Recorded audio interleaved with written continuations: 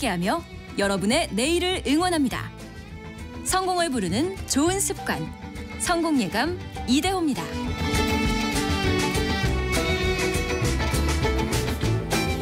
성공예감 이대호입니다. 2부가 시작됐습니다.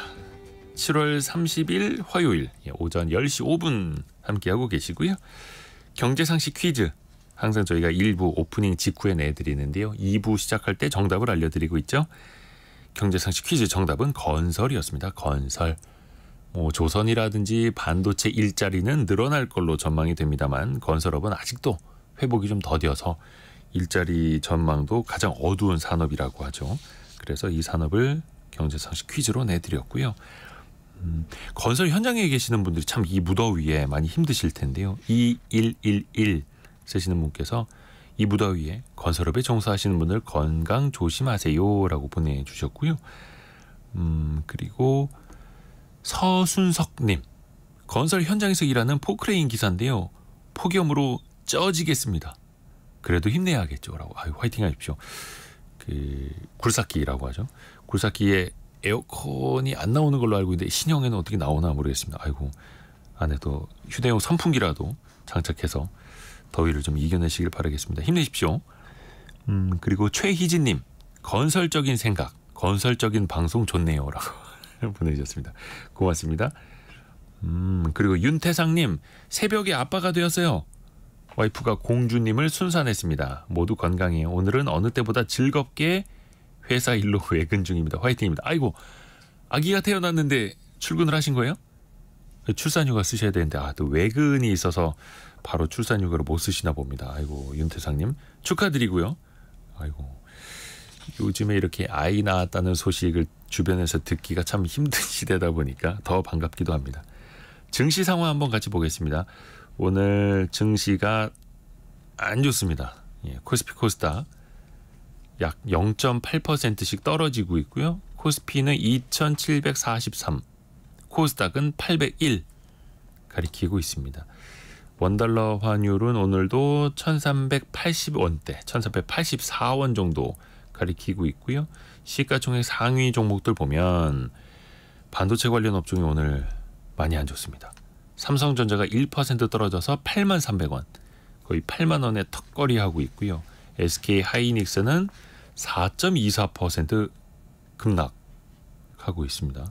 코스닥 내에서도 반도체 소부장 기업들이 많이 떨어지고 있는 모습입니다. 리노공업이 3%, HPSP도 3.3%, 이오테크닉스 7% 이렇게 반도체 관련 기업들이 많이 떨어지고 있는데 오늘 이분 모시기를 잘했습니다. 7월 들어서 반도체 관련주들이 흐름이 너무 안 좋아서 이분 한번 좀 모시는 게 좋겠다라고 생각을 했는데 그게 7월 말까지 시장의 안 좋은 흐름 이어지고 있네요. 20년 넘게 반도체 애널리스트로 활동하고 계시는 분, 유진투자증권 이승우 리서치 센터장과 함께합니다. 센터장님 안녕하세요. 네, 안녕하세요. 요즘 연락 많이 받으시겠습니다. 여러 가지로 좋은 흐름으로 연락을 받으셔야 되는데 네. 일단 삼성전자는 8만 원에 걸쳐 있고 하이닉스는 지금 4% 추가로 떨어져서 19만 원이 이탈된 상황이고 왜 7월 들어서 이렇게까지 안 좋은 흐름이 이어지는 건가요? 글쎄 여러 가지 몇 가지 지적을 하자면은 일단 많이 올랐고요. 일단 그런 상태에서 상반기까지 많이 올랐고 그런 상태에서 7월 들어서 흔히 말하는 이제 AI 피크 논란이 좀 있었죠. AI 투자를 이렇게 많이 했는데 과연 빅테크들이 또는 관련된 AI 서플라이 체인에 있는 업체들이 그만큼의 수익을 벌어들일 수 있느냐 그런 논란들이 좀 일부 있었고요. 거기 이제 사실은 이제 7월 10일이 정점이었어요. 7월 10일. 그리고 잘 아시겠지만 7월 12일 날 트럼프 피격 사건이 이제 발생을 합니다. 그러면서 관심이 이제 AI에 대한 관심이 확 좀 사그라들고 이 정치적인 이슈 이쪽으로 좀 많이 바뀌었고요. 그다음에 트럼프가 이제 피격 이후에 부통령 후보를 지명을 하죠. J.D. 밴스라고 하는 이분을 지명을 하는데 이제 이분의 성향에 대해서 이제 많은 논란들이 있었어요. 이분이 J.D. 밴스의 뒤에는 이제 어떤 사람들이 있냐면 그 피터 틸리라고 하는 팔란티어 창업자 이런 사람들이 사실 정치적 후원자들이에요. 또 데이비드 sak스라고 하는 피터 틸의 친구. 그래서 흔히 말하는 그 페이팔 마피아라 그러지 않습니까? 예전에 페이팔을 창업했던 사람들. 그 세력들이 사실 이제 뒤에 있었어요. 거기엔 일론 머스크도 포함되어 있습니다. 그래서 이 사람들이 JD 밴스를 후원을 했었고 결국은 부통령 후보까지 만들었죠. 근데 이제 이분들의 성향이 뭐냐면은 그 VC 벤처 캐피탈리스트들이에요. 투자자들. 네, 벤처 캐피탈리스트인데 그럼 벤처 캐피탈리스트들의 성향은 뭐냐면 스타트업들 자기네들이 투자한 스타트업들이 커지는 뭐 이런 산업 정책을 더 선호하죠. 그러다 보니까 밴스가 부통령 후보로 지명이 되면서 이제 그 나온 이야기들이 뭐냐면 이게 빅테크 규제가 좀 강해질 수 있다 이제 이런 얘기들이 나오게 된 거예요. 빅테크를 규제해야 그 틈바구니에 스타트업들이 클 수 있으니까요. 그리고 실제로 그 빅테크의 성장과 관련된 중요한 법안이 있어요. 섹션 230이라고 하는. 그리고 실제로 JD 밴스를 저희가 좀 조사를 해보면 섹션 230 일몰 법안을 계속 강조를 하고 있습니다. 그게 뭐죠? 섹션 230은 뭐냐면 그쪽 표현으로 하면 인터랙티브 컴퓨팅 비즈니스 쉽게 말해서는 플랫폼입니다. 플랫폼 비즈니스를 할 때 거기에서 생성된 콘텐츠에 문제가 있을 때 그거는 그 플랫폼 사업자의 책임이 아니라 만들어낸 사람의 문제다라는 거죠.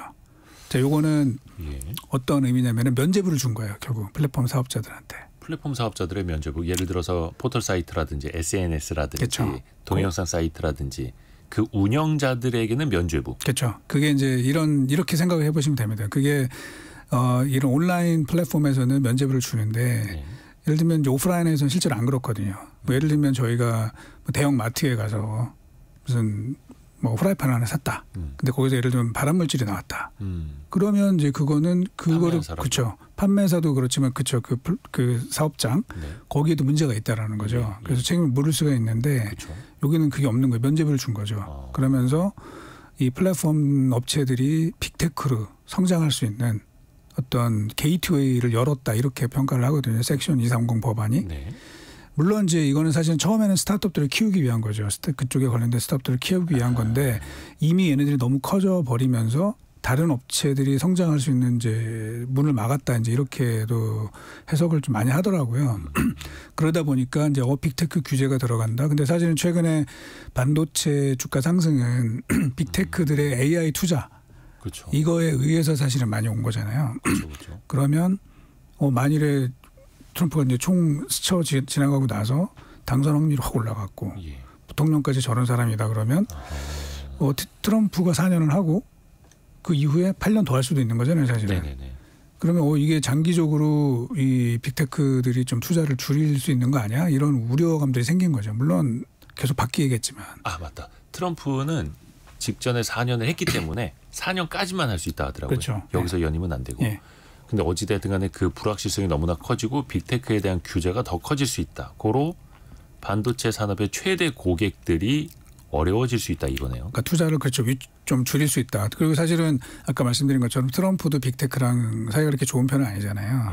그리고 밴스의 뒤에 있는 그 세력들도 사실은 빅테크가 계속 커지는 것보다는 새로운 스타트업들이 커나가길 좀 원하는 이런 방향들이 있기 때문에 이제 그게 촉발이 된 거예요.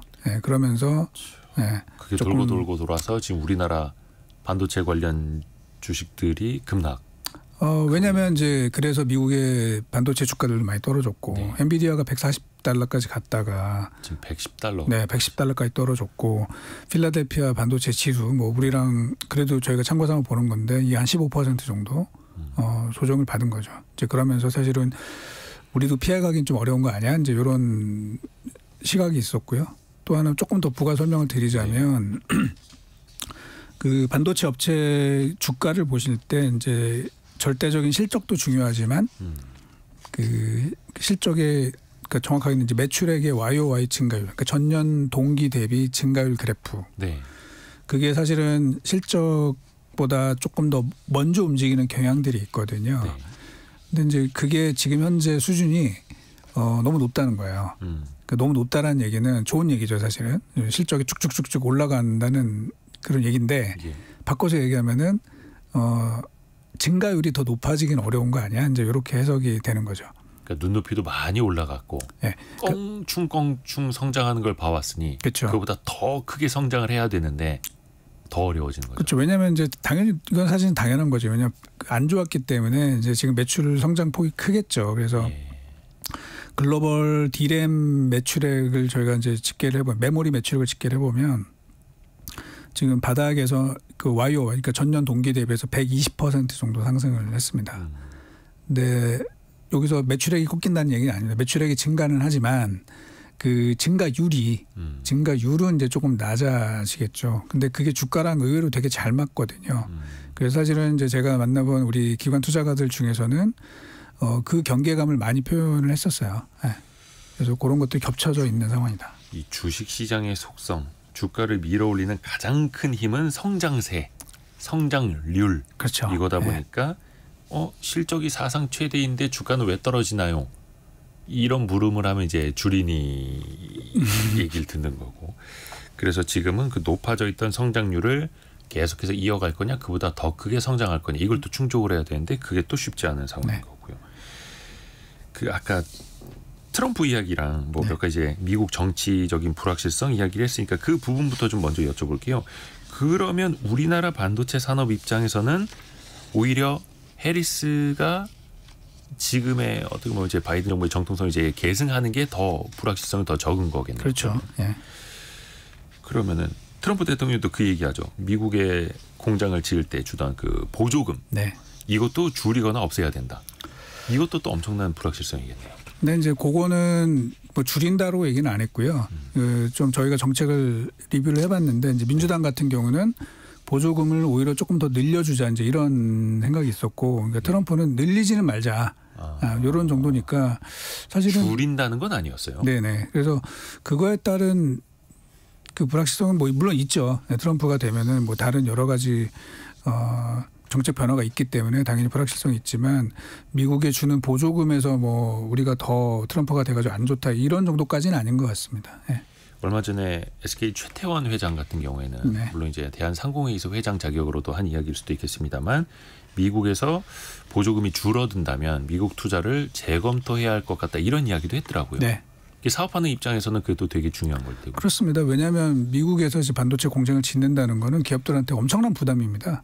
왜냐하면 일단 코스트가 비싸고 비용이 많이 들고. 네. 그래서 그 보조금이 없이는 사실 운영하기가 쉽지가 않습니다. 그래서 당연히 그건 해줘야 되는 거고 그렇지 않으면 거기 지을 필요가 없는 거죠. 예. 근데 이제 그거를 미국도 알거든요. 미국의 반도체 공장을 유지하는 게 굉장히 어렵다는 거죠. 그래서 사실은 냉정하게 보면은 이제 경제적 논리로만 보면은 미국의 마이크론이나 뭐 인텔 이런 회사들도 다 아시아 쪽에 생산 기지를 많이 두고 그렇죠. 있는 편이잖아요. 왜 그렇겠습니까? 비용, 그게 좋다라는 겁니다. 예. 그런데 미국 내에서 이제 자국 내의 이 생태계를 좀 강화하기 위해서 미국의 공장을 지어라. 그러려면은 뭔가 다른 인센티브를 줄 수밖에 없는 그런 상황인 거죠. 그리고 또 이미 삽을 떠놨고 텍사스 뭐 오스틴이었나요? 텍사스 삼성전자. 테일러입니다. 테일러. 오스틴이 이제 먼저 있었던 먼저 있었던 공장이고. 거 이제 네. 추가 투자한 곳이 삼성전자 같은 경우에 이제 테일러인데 네. 이미 건물은 거의 다 올라갔잖아요. 그럼요. 예. 이거는 어떻게 취소할 수도 없는 거고 그럼요. 예. 계속 갈 수밖에 없는 거고. 근데 이 미국의 정책 불확실성 앞에 또 기업들은 어찌 될지 향방만 주시할 수밖에 없는 거고요. 네. 거기에 또 주가라는 녀석은 더 크게 흔들리는 거고. 네. 그게 현재까지의 흐름이고. 그 반도체 산업 전반적인 그 흐름을 좀 살펴보면 반도체도 어쩔 수 없이 사이클이 있는 산업이지 않습니까? 호황과 그렇습니다. 불황을 예. 오가는. 네. 센터장님이 보시기에 우리 유진투자증권 이승호 센터장님이 보시기에 지금은 그 사이클의 어느 단계쯤에 와 있는 걸로 보세요? 사실 이제 예전보다 이게 사이클이 되게 복잡하게 움직이더라고요. 예, 메모리 따로 움직이고 또 뭐 그 아날로그 사이클은 좀 따로 움직여서 일치하지는 않는데 뭐 예를 들면 메모리 같은 경우에는 이제 작년이 바닥이었잖아요. 네. 엄청나게 적자를 냈으니까 그래서 사실 이제 막 좋아지고 있는 상황이고 저희가 볼 때는 올해 뭐 하반기 이익 더 좋아질 것 같고요. 내년도에는 이익이 더 좋아질 것 같아요. 그래서 지금 뭐 이제 주가는 흔들리고 있는데 아까 말씀드린 것처럼 왜 흔들리느냐 그런 불확실성에다가 증가율의 피크 아웃 요 논란 때문에 좀 그게 주가에 반영되는 기간이라고 보고 있고 네. 사이클은 뭐 여기서 저는 계속 이제 저희 표현으로 오늘 상승 사이클이 좀 더 이어질 걸로 보고 있습니다. 올해 그리고 내년까지는 실적이 계속 좋아질 거고 다만 우려가 되는 건 증가율, 네. 성장률. 네. 그래서 누누이 많이 이제 강조를 드릴 수밖에 없는 게 특히 이제 라디오 들으시는 분들은 투자에 익숙하지 않은 분들도 많기 때문에 항상 실적이 더 늘었는데 주가는 왜 빠지는가? 네. 근데 중요한 거는 실적이 늘었다라는 것 자체가 아니라 성장률. 네. 그래서 몇 퍼센트 더 성장했는가? 그렇습니다. 네. 그거는 이제 우리가 생각을 해보시면은 작년에 삼성전자랑 SK하이닉스가 엄청난 적자를 냈잖아요. 그런데 작년 1년 동안에 하이닉스는 주가가 90% 올랐습니다. 실적이 안 좋았는데. 네. 왜냐하면 그 증가율이 이제 바닥을 찍었기 때문에 그 다음부터 좋아지는 그림들을 이제 반영을 해 나갔다는 것이죠. 네. 그렇죠. 그리고 또 이게 주가와 산업 사이클은 좀 주기가 다르죠. 그렇습니다. 예. 그게 제일 어려운 거죠. 그래서 안 좋을 때 주가가 먼저 오르고 네. 현재도 실적은 늘어나고 있는데 주가는 먼저 떨어질 수 있고. 그래서 아까 말씀드린 그 증가율의 곡선을 보는 게 조금 더 주가라는 측면에서 보면 좀 더 관계도가 높습니다. 예. 어떻게 보면 그러면 센터장님 입장에서는 지금 주가가 먼저 내려가고 있는 게 네. 벌써 미래의 어떤 사이클 피크를 또 반영하고 있는 것일 수도 있을까요? 뭐 일부는 그런다고 보고 있습니다. 그러니까 아까 말씀드린 것처럼 그게 꼭 맞지는 않을 수도 있어요. 그런데 경험적으로 보면은 이 증가율 자체가 아까 전년 대비해서 뭐 120% 정도 매출액 증가율이 나왔기 때문에 여기서 더 좋아지긴 어렵다고 생각을 하면 일단 포트폴리오를 운영하는 입장에서는 좀 리스크를 줄이려고 좀 매도를 할 수가 있죠. 그런데 그 이후에 계속해서 만약 실적이 좋아지잖아요. 그러면 또 주가 그거를 반영하고 또 올라갑니다. 네. 그래서 저는 그런 흐름으로 주가 이어지지 않을까라고 보고 있습니다. 그러니까 포트폴리오 매니저, 펀드 매니저 네. 입장에서는 좀 리스크 관리를 하면서 반도체주를 좀 덜어낼 수 있는 거고 근데 어느 정도 또 빠진 시점에서 예상 혹은 예상 이상의 실적이 나오면 또 그때는 그렇습니다. 또 오를 수도 있는 거고 그래서 주식 투자가 어려운 거죠. 그렇습니다. 앞에서도 말씀해 주셨습니다만 그 반도체의 사이클도 주기가 좀 달라졌다라는 거였고 어떻습니까? 전반적으로 보기에는 우리나라는 대부분 메모리 반도체 사이클을 볼 수밖에 없겠죠. 네. 시스템 반도체에도 그런 사이클이 있나요? 없지는 않죠. 없지는 않는데 이제 그 좀 차이가 나는 거는 이제 메모리는 사실은 뭐라 그럴까 이 제품 수가 좀 한정이 되어 있잖아요. 뭐 크게 보면은 이제 뭐 D램에도 뭐 HBM D램이 있고 그냥 일반 DDR 제품이 있기는 하지만 그냥 일단 D램 그리고 낸드 뭐 이런 정도가 정리가 되는 반면에 비메모리는 사실은 제품이 많지 않습니까? 그래서 뭐 메모리는 이제 소품종 대량 생산 뭐 이런 거 생산. 그리고 아무래도 비메모리는 다품종 뭐 소량까지는 아니지만 어쨌든 조금 이 다이버시파이드가 되어 있는 상황이니까 아무래도 여러 가지. 그러다 보니까 이 사이클의 진폭이 훨씬 작게 나타나는 경향이 있습니다. 그래서 우리나라는 거의 대부분이 메모리 반도체여서 사이클의 진폭이 또 크게 나타나는 거고요. 개인 투자자 같은 경우에는 그러면 이 반도체 업황이 상승기인지 하락기인지 어떤 지표를 보면 좀 알 수 있을까요? 좀 조언 좀 해주세요.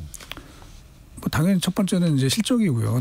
당연히 그런데 그거보다 더 잘 맞는 거는 사실은 아까 이제 매출액의 증가율을 보는 게 투자자들 입장에서는 그게 제일 제가 볼 때는 잘 맞습니다. 그리고 이해하기도 쉽고 그 매출액 증가율이 바닥까지 떨어져서 마이너스라 하더라도 그게 마이너스 폭이 줄어드는 상황이 되면 주가가 올라갈 수 있는 거죠. 네. 그걸 한 1년 반 전에 SK 하이닉스 주가가 그 어렵다는 상황에서 주가가 오르기 시작했던 걸 기억을 더듬어 보시면 또 아실 테고요. 네네. 그래서 주식 투자가 또 어렵습니다. 아까 어떤 분이었지? 2095님 삼성전자 10만 원 가나요? 이 물음 정말 많이 들어보셨을 겁니다. 네, 저도 뭐 너무 많이 들어가서 굉장히 뭐 괴로운 부분인데. 괴로우세요? 괴롭죠. 예, 왜냐하면 반도체를 담당하고 워낙 뭐 제 주변에도 많은 분들이 이제 삼성전자 물려 있는 분들이 굉장히 많기 때문에 뭐 담당하는 애널리스트로서 상당히 뭐 죄송스럽기도 하고 왜냐하면 이제 저희가 뭐 삼성전자의 뭐 장래를 뭐 긍정적으로 보거든요. 긍정적으로 보는데 이제 주가가 너무 부진하고 전 세계 반도체 주요 종목 중에서 가장 부진한 주가 흐름을 보이고 있기 때문에 뭐 굉장히 죄송스럽죠. 근데 이제 최근에 뭐 아시는 것처럼 이 실적은 지금 이제 좋아질 겁니다. 지금 이미 상당히 예상 외의 실적이 나오고 있는 상황이고 뭐 HBM의 개발이 좀 늦어진다 뭐 이런 부분들이 부정적으로 작용하고 있는데 결국은 제가 볼 땐 실적이 시장 기대 수준 이상으로 이렇게 나오게 된다면 예를 들면 이제 시장에서 지금 생각하는 거는 올해 삼성전자 영업이익 한 45조 원 정도 보고 있고 내년도에는 뭐 65조에서 한 70조까지 지금 보고 있거든요. 엄청 늘어나는 거잖아요. 그렇죠. 그래서 뭐 그런 흐름이 이어진다 그러면 뭐 저는 그 주가를 반영해 나가지 않을까라고 생각을 합니다. 그 중에 제일 중요한 게 지금 HBM이라고 하는 네. 대표적으로 엔비디아의 GPU의 네. 옆에 같이 딸려 들어가는 고성능 메모리를 말하죠. 근데 이게 참 삼성전자가 많이 뒤처져 있어가지고 네. 이게 외신 보도를 보면 참 오보도 많고요. 최근에 HBM3까지는 엔비디아의 테스트를 통과해서 엔비디아의 삼성이 공급을 한다라는 이야기까지 나왔는데 네. 현재 상황 좀 정리해 주세요. 뭐 계속 뭐 테스트 중인 것으로 저도 알고 있고요. 그 다음 모델에 대해서. 네, HBM3E 버전이라고 하는 건데요. 네. 그게 이제 보통 그 테스트 시간이 한 1000시간 정도 걸린다고 하더라고요. 1000시간이요? 네, 1000시간 동안 테스트를 해서 여러 가지 조건들을 계속 이제 변화를 주면서 통과가 돼야지 최종 퀄을 받는 건데 뭐 원래 같았으면은 지금 좀 됐어야 되지 않을까라고 이제 생각을 하고 있는데 조금 늦어지고 있는 것 같고요. 근데 뭐 일각에서 그동안 오보가 나왔던 것처럼 뭐 탈락을 했다든지 뭐 이런 상황은 아니고요. 계속 좀 개선되고 있는 상황이고 뭐 조만간은 뭐 긍정적인 소식이 들릴 것으로 생각을 하고 있습니다. 이게 참 기술적인 이야기라 복잡하기는 한데 SK 하이닉스는 또 올해 준비를 해왔고 네. 메모리 반도체 3위인 미국의 마이크론도 엔비디아에 공급을 한다잖아요. 네. 근데 왜 삼성이 그걸 못하느냐? 왜 가장 늦어지느냐? 네. 이걸 좀 한번 짚어주실까요? 이게 너무 답답한 문제이죠, 사실은. 왜냐하면 그런 고성능의 제품이라든지 가장 비싼 제품 이런 것들의 사실은 대표 주자는 항상 삼성이 했었죠. 그렇죠. 먼저 항상 초격차로 앞서가는 회사였는데 그렇죠. 예. 지금 초격차가 아니라 뒤처지고 있어요. 추격자가 된 상황이죠. 그렇죠. 추격자. 왜 이렇게 됐느냐. 글쎄요. 뭐 이 얘기를 하자면 사실은 굉장히 긴 얘기가 될 것 같아요. 그래서 제가 뭐 이 방송에서 직접 다 말씀드리긴 좀 그렇고 뭐 개인적으로 나중에 따로 말씀을 드리는데 하여튼 이제 그동안의 삼성전자와 관련된 이야기들 뭐 여러 우리 KBS 그 뭐 다큐에서도 한번 다룬 적이 있었는데요. 뭐 그런 여러 가지 문제들이 있습니다. 그래서 사실은 이 삼성의 최근 들어서 이 예전 같지 않은 모습은 제가 최근의 문제가 아니라 사실 굉장히 오래된 문제일 수 있다. 그런 지적들이 나오고 있고 뭐라 그럴까요? 이제 제가 이제 요 정도만 말씀드리면 어떤 의사 결정이라든지 또 신기술 채택 또는 새로운 소재의 채택 이런 거에 있어서 되게 느려졌다 삼성이. 어떤 경영상 판단이 되게 빠르거나 공격적이질 않고. 네. 그래서 실제로 삼성에 이제 납품하는 회사들의 이야기를 뭐 다는 아니겠습니다만 이제 몇 군데 말씀을 드리자면은 뭐 신소재를 같이 납품을 한다 이거예요. 삼성과 SK 하이닉스에. 네. 그러면 뭐 예를 들면 SK 하이닉스 같은 경우에는 한 3개월 내에 뭐 된다 안 된다 이제 판단이 나온다는 거죠. 양산 라인에 이걸 적용할 건지 말 건지. 빠르게. 네.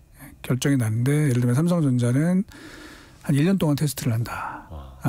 테스트만 하고 있고. 그러니까 이제 그렇죠. 그러니까 이제 납품하는 회사들 입장에서도 좀 되게 좀 답답하다. 뭐 이런 부분들인 거예요. 그래서 왜 이렇게 경영의 의사결정 과정이 복잡해지고 느려졌는지 뭐 이런 점들이 결국에는 이 HBM이라고 하는 급격하게 성장하고 있는 이 제품에 대해서도 좀 빠르게 대응하지 못하는 이런 부분들이 있는 거 아닐까라고 추정을 합니다. 2095 쓰시는 분께서 1000시간 테스트면 약 47일이네요. 라고.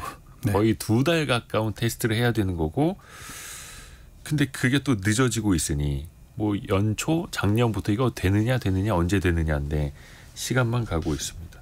그러면 삼성전자 입장에서 이 HBM3가 아니라 그 다음 버전 3E 5세대 HBM3E가 엔비디아에게 합격 도장을 받으면 그럼 좀 이제 주가 측면에서 좀 더 오를 요인이 될까요? 그럴 가능성이 있죠. 네. 네. 지금 저희가 이제 밸류에이션이라고 그러지 않습니까? 그래서 이 자기 자본 가치에 대해서 이 회사가 몇 배의 가치를 받는지 그걸 보면 뭐 삼성전자는 뭐 대략 한 1.4배, 1.5배 정도고 SK하이닉스는 2.4배, 한 2.5배 정도거든요. 하이닉스가 훨씬 더 고평가를 받고 있는 거죠 지금.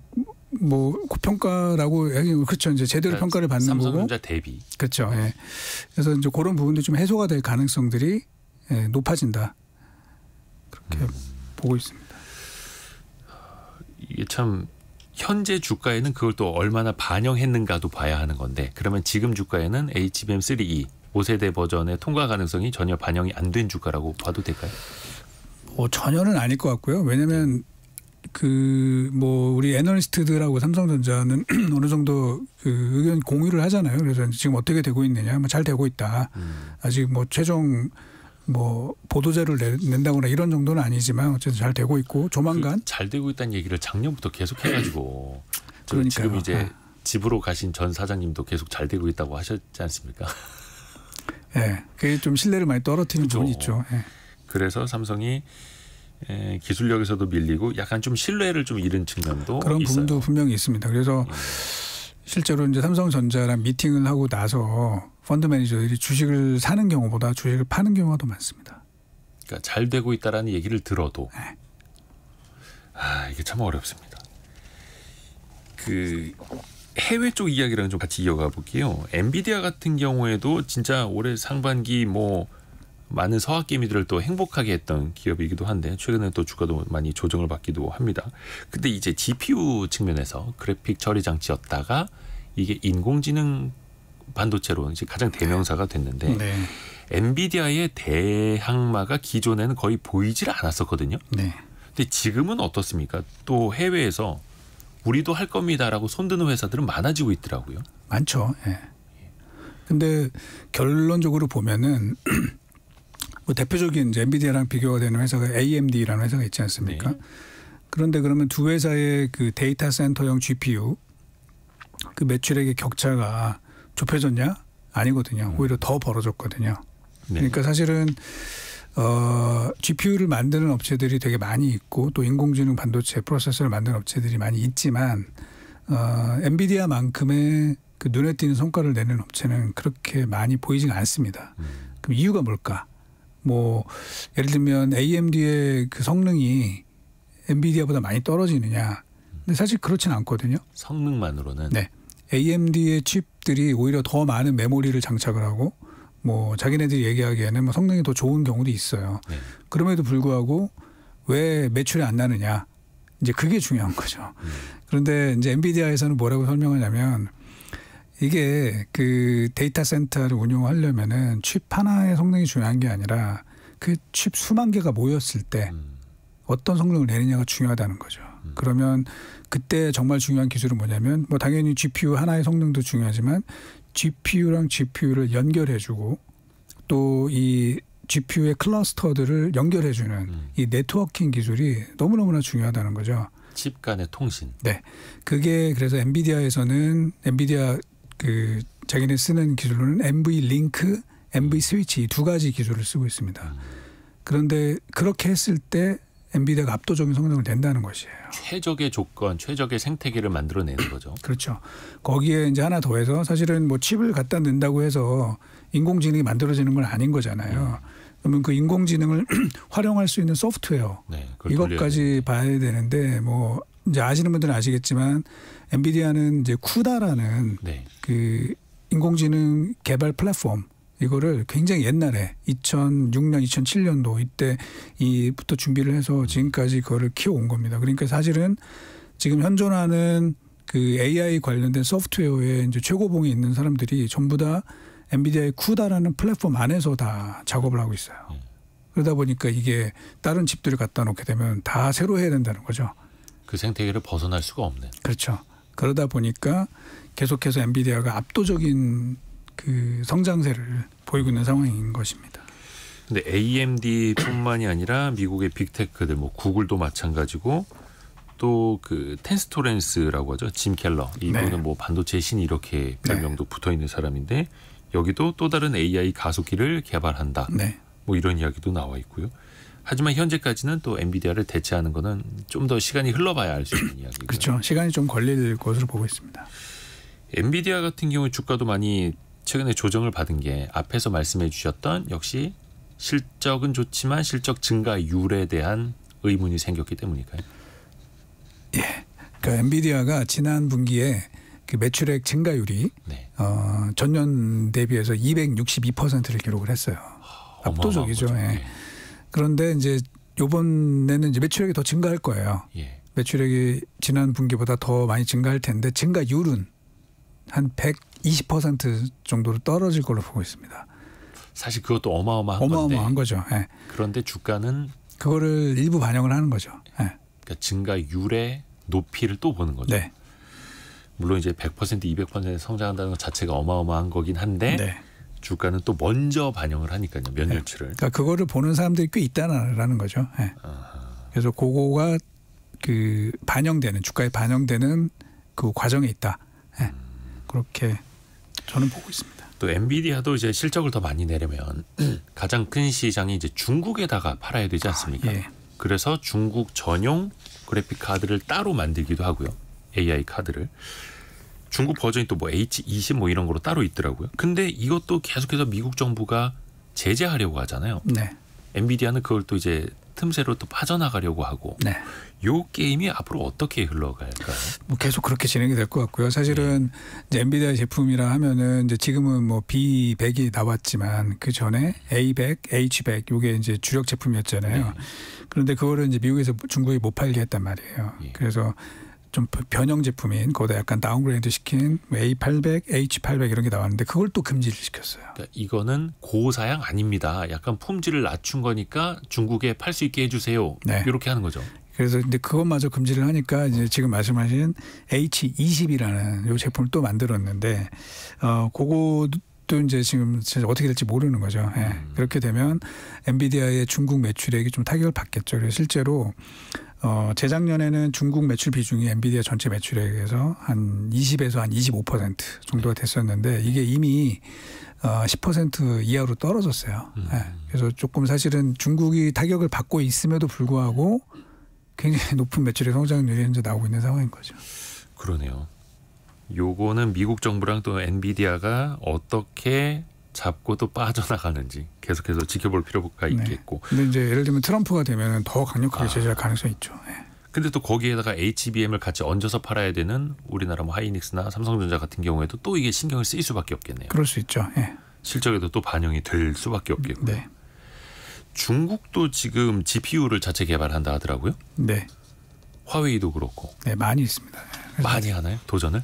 굉장히 많이 있습니다. 중국에 그 GPU를 하겠다고 이렇게 손든 업체들이 굉장히 많이 있습니다. 지금 이제 화웨이 말씀하셨지만 그 이외에도 그 뭐 캠브리콘이라는 회사도 있고 네. 뭐 하이곤이라는 회사도 있고 룽손 뭐 이런 회사들이 다 상장이 되어 있어요.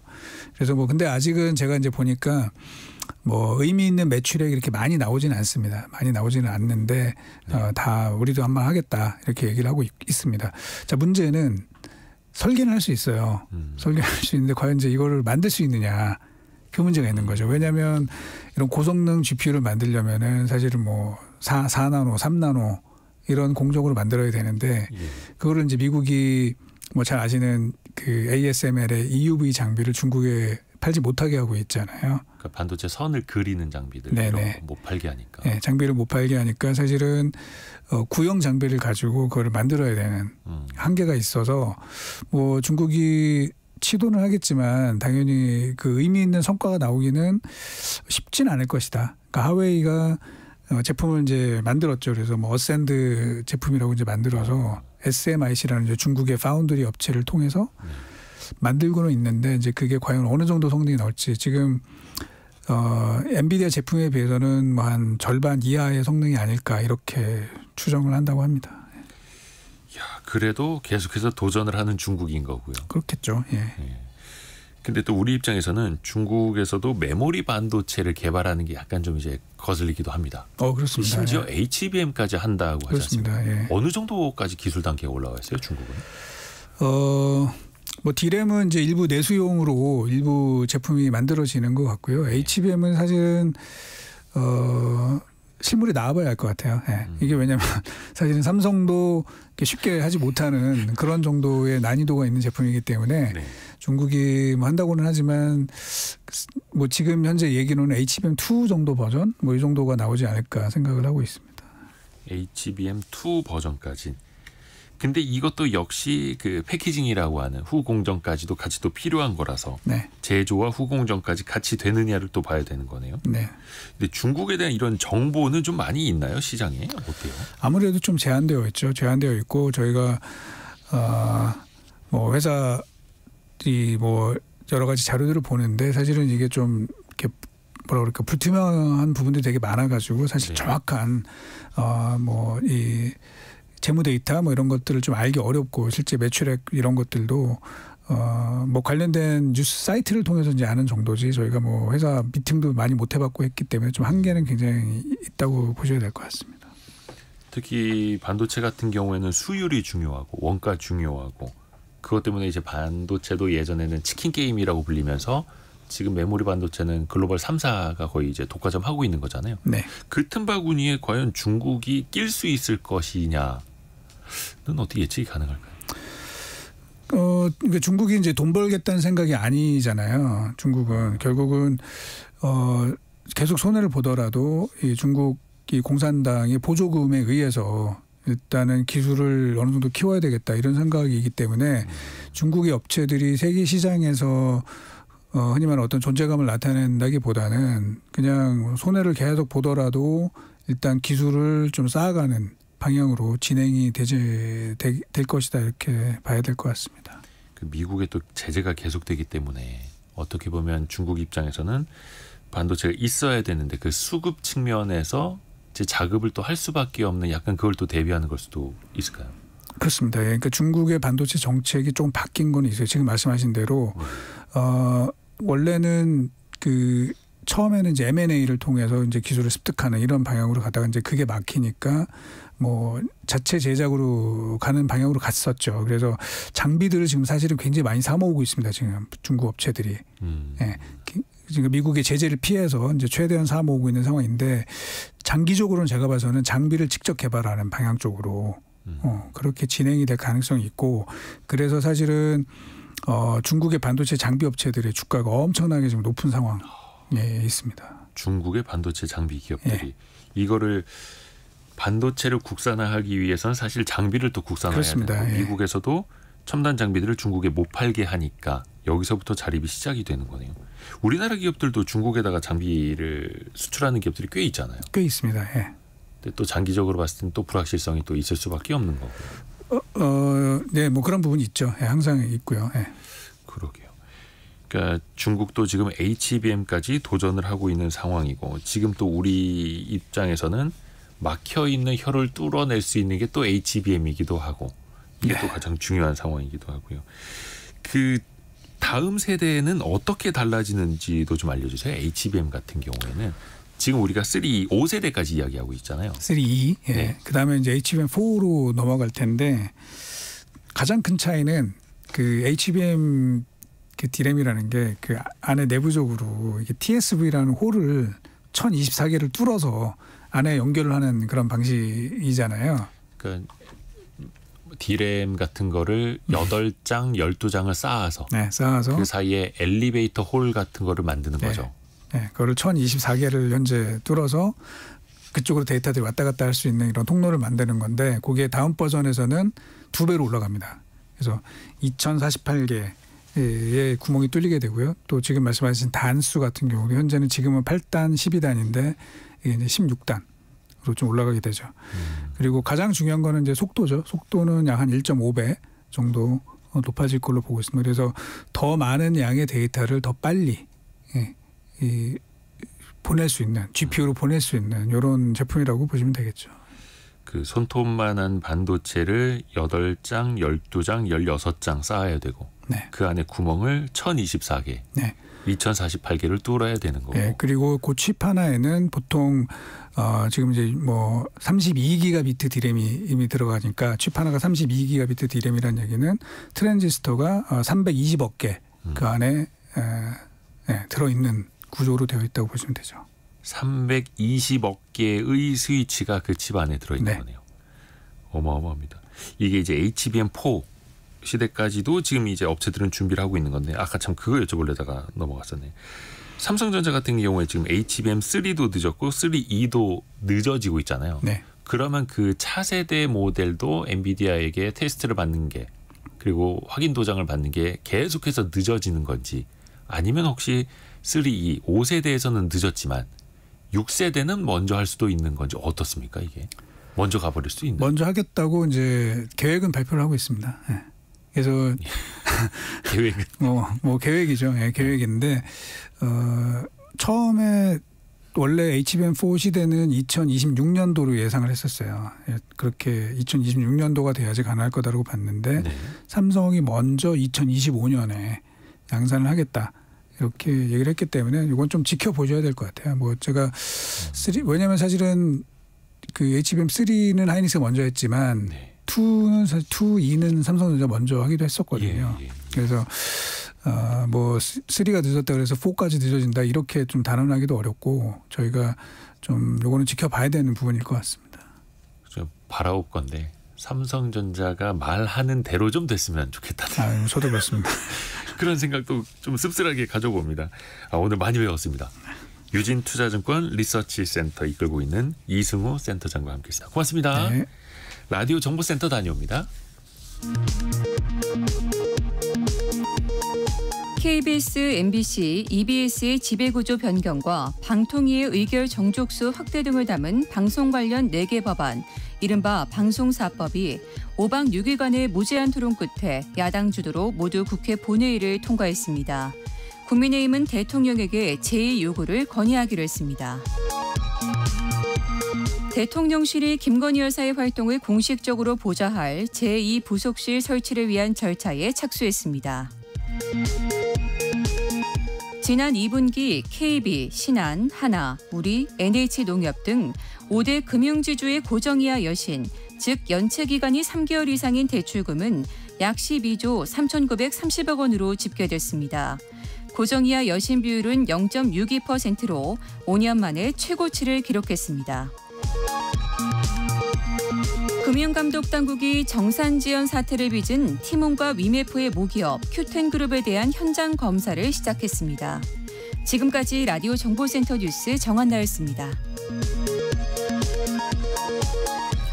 애프터 서비스 시간입니다. 유혜진 리포터 안녕하세요. 네, 안녕하세요. 우리 청취자분들의 질문 들어볼까요? 네, 한정선님, PG사가 뭔지 알려주시면 좋을 것 같네요 하고 질문 주셨습니다. 이번에 티몬 위메프 사태 때도 아마 네. 많이 들어보셨을 거예요. 그 중간에 있는 결제 지불 대행 서비스 페이먼트 게이트웨이라는 곳입니다. 전자 결제 대행사인데 우리가 온라인으로 물건을 살 때 신용카드를 쓰더라도 그 신용카드사들이 하나 다 뭔가 망을 깔아놓는 게 아니지 않습니까? 그 네. 중간에서 결제를 대행해줄 사업자가 필요한데 그게 PG라고 생각하시면 됩니다. 신용카드뿐만 아니라 계좌이체, 뭐 통신사 소액 결제, 네. 상품권 결제 등등 다양한 서비스를 하면서 편리하게 우리가 온라인으로 구매할 수 있게끔 해주는 사업자죠. 해서 그 결제창 열어보시면 거기에 어떤 결제 대행사인지 오른쪽 아래나 왼쪽 아래 이름이 써 있을 네네. 겁니다. 그런 업체들이 있는 겁니다. 다음 질문은요. 네, 1918님. 호텔 객실 오버부킹으로 제대로 서비스를 이용하지 못하면 어떻게 되나요? 하고 문의 주셨습니다. 호텔이 너무 과하게 예약을 많이 받아놨을 때 한국소비자원 소비자상담센터에 문의를 해봤는데요. 호텔 객실이 왜 오버부킹이 된 것인지 일단 확인이 필요하다고 하고요. 방 하나를 지정했는데 거기에 2팀이 오류로 예약이 된 것인지 방은 지정하지 않았고 일단 예약을 받고 오는 순서대로 방을 배정하는 예약인지에 따라서 소비자 피해 구제 방식이 달라질 수 있다고 합니다. 정확한 계약 내용과 시스템 등을 살펴봐야 하기 때문에 직접 1372번으로 문의를 하시면 사업자와의 중재 등을 통해서 피해 처리에 대한 도움을 받으실 수 있다고 하고요. 만약에 호텔 측의 귀책 사유로 예약을 취소하게 된 것이 확실하다면 환불 처리와 위약금을 받을 수 있다고 합니다. 오버부킹. 항공기 같은 경우에는 이코노미 그러니까 3등석이 네. 오버부킹이 됐을 때 자리가 없으면 2등석 비즈니스 좌석에 앉혀주기도 하잖아요. 네. 아이고, 이런 좀 오버부킹 사례가 사실 또 그 기업 입장에서는 손실에 또 대비해야 되기 때문에 네. 또 어쩔 수 없는 측면도 있고요. 하지만 소비자 피해는 생겨서는 안 된다는 거. 또 하나 이어지는 질문이 4938님. 한 매장에서 커튼 구매 후에 실측까지 했습니다. 계약을 했고요. 근데 B 매장이 더 저렴해서 거기다 계약을 했다. 해서 A 매장에 계약 취소를 요청하니까 이미 실측을 했고 커튼도 제작했다. 취소가 안 된다고 합니다. 하지만 저는 커튼 설치할 날짜를 정하지 않아서요. 이럴 때 어떻게 해야 될까요? 라는 질문이네요. 네, 역시 소비자 상담센터에 문의를 해봤는데요. 소비자가 매장에 가서 A 매장과 직접 계약을 했고 실측까지 한 상황이라서 전액 환불은 힘들고요. 실측만 하고 커튼을 제작하지 않았다면 취소는 가능하나 위약금이 발생한다고 합니다. 만약 실측 후 커튼 제작이 완료됐다면 취소는 불가능하고요. 커튼 설치일을 정하는 문제는 계약 당시에 얘기가 나눠졌어야 하는 부분이고 대략적으로 언제쯤 하겠다는 말만 했을 수도 있고 사업자와 계약할 때 다른 내용이 더 들어가 있을 수도 있습니다.